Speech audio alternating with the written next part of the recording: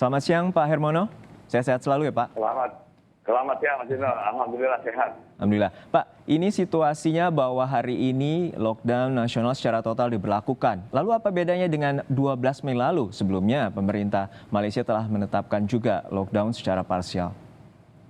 Kalau yang 12 Mei yang lalu itu kan masih lockdown parsial ya, atau PKP yang diperketat parsial. Nah, yang ini diberlakukan kepada seluruh negara. Ini mirip-mirip lockdown pada tahun lalu, bulan Maret, hanya bedanya yang kali ini masih ada 17 sektor yang diperbolehkan untuk beroperasi, yaitu sektor-sektor yang dianggap strategis. Sehingga dampaknya masih lebih ringan dibandingkan dengan lockdown tahun lalu. Ya, artinya ini ada penambahan kasus yang kami catat bahwa ada sampai 8.000 hingga 9.000 lebih pada tanggal 28 atau 29 Mei lalu. Ini peningkatan ini yang dicatat oleh Perdana Menteri Malaysia sehingga menerapkan lockdown pada tanggal 1 Juni hingga 14 Juni ke depan. Ya, memang dalam seminggu terakhir atau 10 hari terakhir itu kan terus mengalami peningkatan sampai puncaknya 3 hari lalu sebanyak 9.020. Tetapi 2 hari yang lalu sampai kemarin mulai mengalami penurunan ya, meskipun tentu kita harus lihat lebih detail lagi penyebab penurunannya ini apa. Karena yang kita tahu pada 3 hari yang lalu itu memang testingnya sangat tinggi ya, di atas 100.000 lebih, sehingga dengan sendirinya banyak kasus yang terungkap pada 3 hari lalu. Untuk situasi saat ini sebenarnya seperti apa Pak? Karena kalau membandingkan dengan populasi di India sendiri bahwa rate penularan di Malaysia ini cukup tinggi dibandingkan dengan perbandingan dengan 100 juta atau beberapa 100 penduduk di sana. Ini apakah lebih membahayakan dengan situasi di India? Tentu membahayakan atau tidak itu kan juga sangat tergantung kepada kapasitas rumah sakit atau pusat-pusat perawatan. Dan memang kita tahu rumah sakit di Malaysia yang khusus untuk menangani pasien COVID ini mengalami tekanan. Demikian juga dengan tenaga kesehatan.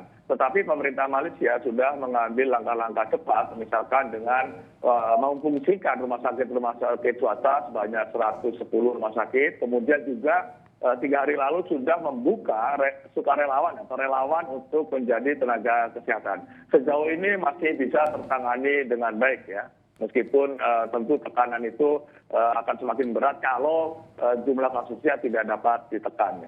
Ya, dalam catatan kami bahwa kalau di Malaysia ada 205,1 kasus per 1 juta penduduk dan di India ada 150,4 kasus per 1 juta penduduknya. Nah, saat ini bagaimana dengan perlindungan ataupun koordinasi dengan warga negara Indonesia yang masih berada di Malaysia? Pantauan kami, alhamdulillah warga kita cukup tenang ya, sudah siap menghadapi situasi ini. Kita pun selalu berkomunikasi baik melalui media sosial KBRI maupun media sosial saya pribadi, dan juga kita juga melibatkan lebih dari 40 ormas ya untuk membantu melakukan pendataan masyarakat kita yang memerlukan bantuan. Jadi kita pun KBRI sudah siap manakala diperlukan bantuan logistik ya. Tetapi kita perkirakan dalam seminggu ini tekanan untuk meminta bantuan logistik masih cukup rendah. Namun demikian kami semua sudah siap untuk menyalurkan bantuan manakala memang diperlukan oleh masyarakat. Untuk data paparan COVID terhadap warga negara Indonesia sendiri seperti apa Pak?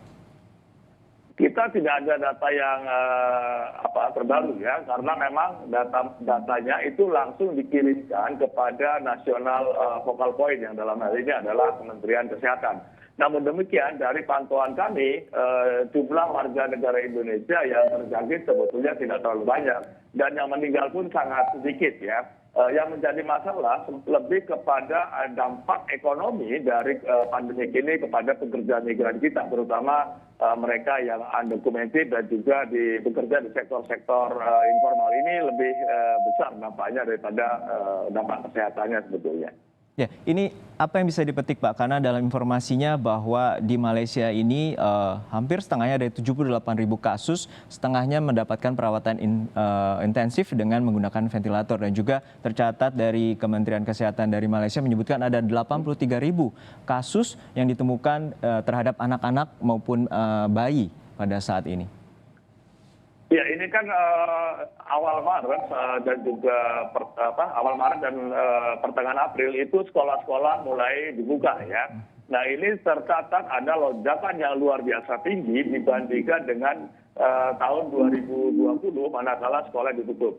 Dalam tahun 2020 itu hanya 738 kasus yang menjangkiti anak-anak sekolah.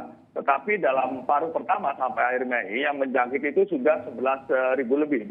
Dengan demikian terjadi lonjakan sebenarnya 13 kali lipat. Tetapi sekarang sudah ditutup lagi sekolah. Jadi ini saya kira dampak dari dibukanya sekolah pada awal Maret ya.